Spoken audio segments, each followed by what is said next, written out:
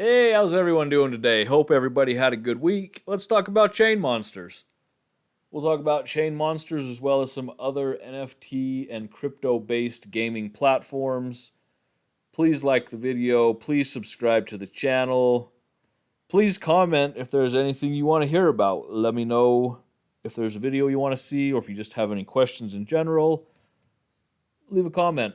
You can see right here, I do have my Google 2FA set up on this account. I do keep this account very secure. Good password, good 2FA. It is not a finished game yet. Chainmonsters is still early access, still in the alpha stage.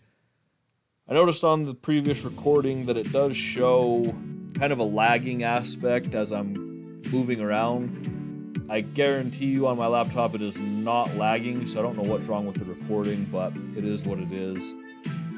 It's an open world scroll game though, with a little bit of fighting involved. Turn-based fighting. One side takes a turn, the other side takes a turn. Show you the little animations here. These are just wild chain monsters. You go through the roughs and they attack you. You beat them, you get extra experience or XP. You can build up your health, your stamina. Get your chain monsters stronger. Eventually you fight other trainers and whatnot throughout the game. Sure, this will look very similar to certain games in the past. The cool thing though is going to be the NFTs. You can see right here, 5 out of 25. I did pay a $30 early access fee so that I could start playing the game early and earn these extra 25 NFTs. I've already collected the first 5 that are out, as you can see.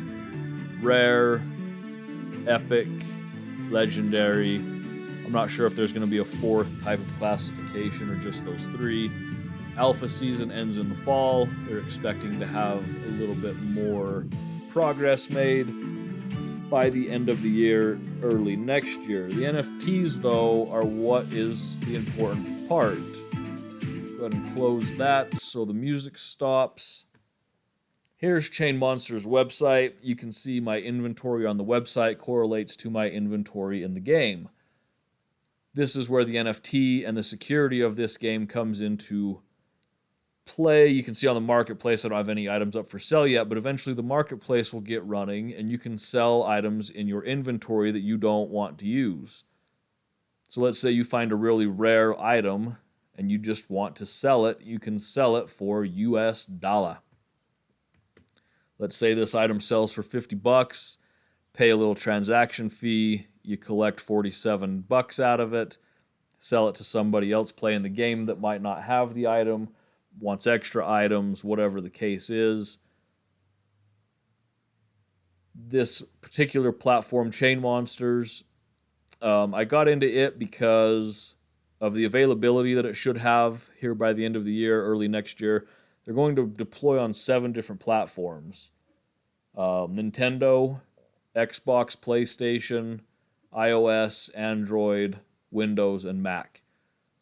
So with the excessive availability, more people playing it, hopefully that means more people are going to be interested in buying rare items. Hopefully I can come into possession of some of the rare items and sell them for money. This game is relatively straightforward. Open world, scroll through, battle, build your chain monsters up, get your items, see what you can sell. There are definitely games that are a lot more in-depth. This is called Z-Run, and it's virtual horse racing, but they have adopted the entire aspect of horse racing to a T for this game. So much going on with this game. You get your horse. They have a Discord chat where they drop horses out. You can buy them. If you're not wanting to wait for them to do the drop, you can go to the marketplace to buy a horse. They have it on OpenSea. Goes to their own Z-Run page. On the page you can scroll through and find different horses for sale for different prices. The price of Ethereum right now is roughly, we'll just say $2,000 for sake of easy numbers. So this horse right here, $4,000. You don't worry, you can definitely find much cheaper than a $2,000 horse. I mean, If it was $2,000, I don't think very many people would find interest in it. You know, if you find one for 0.09, $200, sure, for some people that's excessive for a virtual horse racing game, but you can make money playing these games. You can race your horses. You see right here, if your horse hasn't ran a race at all, you go to the Griffin. There's different locations. There's different distances. You can get your horse put into different gate positions.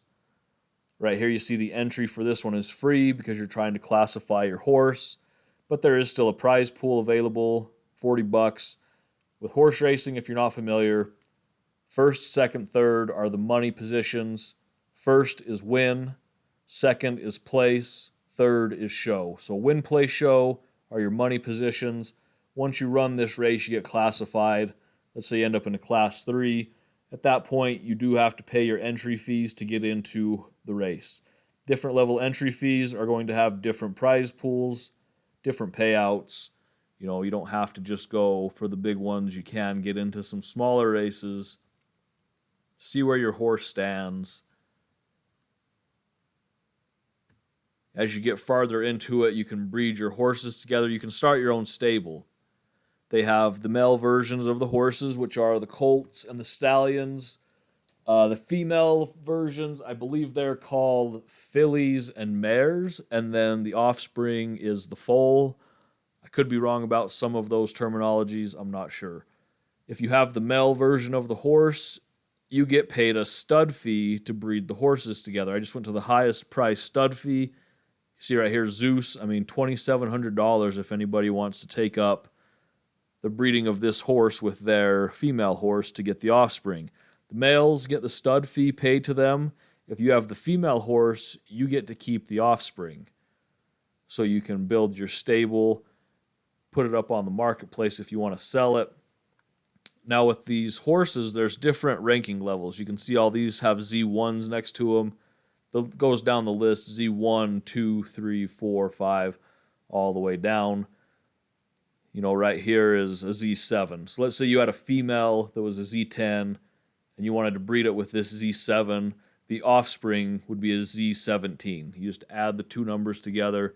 That's what the offspring is going to be. Once you start getting into like the breeding aspect of it, I mean, like I said, this is just like real horse racing. They have the bloodline, the breed type. They have different coat colors, the gender, obviously, and then the genotype.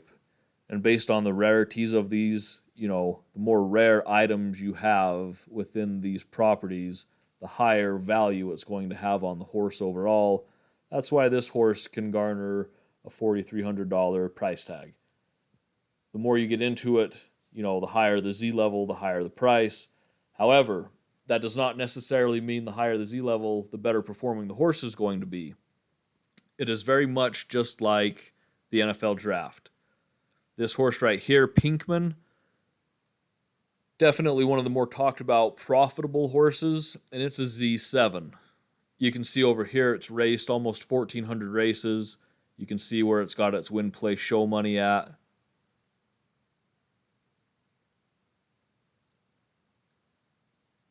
The entry fees right here, like so we just based it off $2,000 Ethereum, $16,000 in entry fees, $26,000 in winnings for a profit of a little over 10 grand.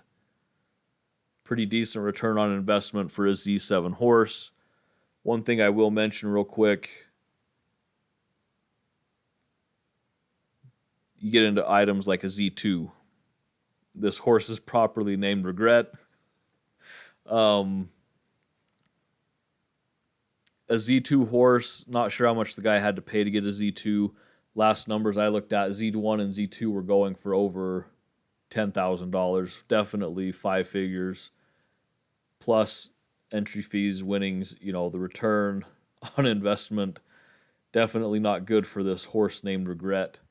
Another thing, like if you win in a horse race, if you come in first place, not only do you get paid first place money, but you get second place and third place money. If you finish second, you get second place and third place money. If you finish third, you just get third place money. So like when you're winning a horse race, you're getting paid across the board. First, second, third, win, place, show. From everything I've seen, they direct this just like regular horse racing. So if you're a fan of regular horse racing, which I am, all of this will make sense. If you're not and you want to get into it, you better start reading up on horse racing. The one difference is with this virtual horse racing, you get assigned points based on where you finish to decide which class you move up or move down in. You could basically sign the terminology to if your horse is ready to run the Kentucky Derby, or if it needs to go down to Evanston to run at the Wyoming Downs because it's not very good. You want to have a U-shaped graph here for your wins and your losses. This horse has the middle finger. This is that expensive Z2 horse, and it is stuck in the middle of this pack. It is stuck in its class. It's in class 2. It has not been able to move up or down. It's just entering races over and over and finishing right in the middle. It's not moving up. It's not moving down. It's just losing money. Like I said, the gate position definitely plays into an effect here. The distance plays into an effect here. Not sure what this person needs to do to get out of this funk, but you can look at Pinkman's chart. This horse is very profitable. There's that U-shaped pattern. Definitely winning a lot of first places and taking a lot of 12th places. The 12th place is good because it cancels out the first place. If you keep getting first place over and over and over and earning the points, eventually you're going to be in class 1 running against the most difficult horses to race against. If you can even yourself out, you're going to stay in that class. You can see he's in a class 3, and he's been doing quite well on the profitability aspect of staying in that class. So like I said, there's a lot to this one.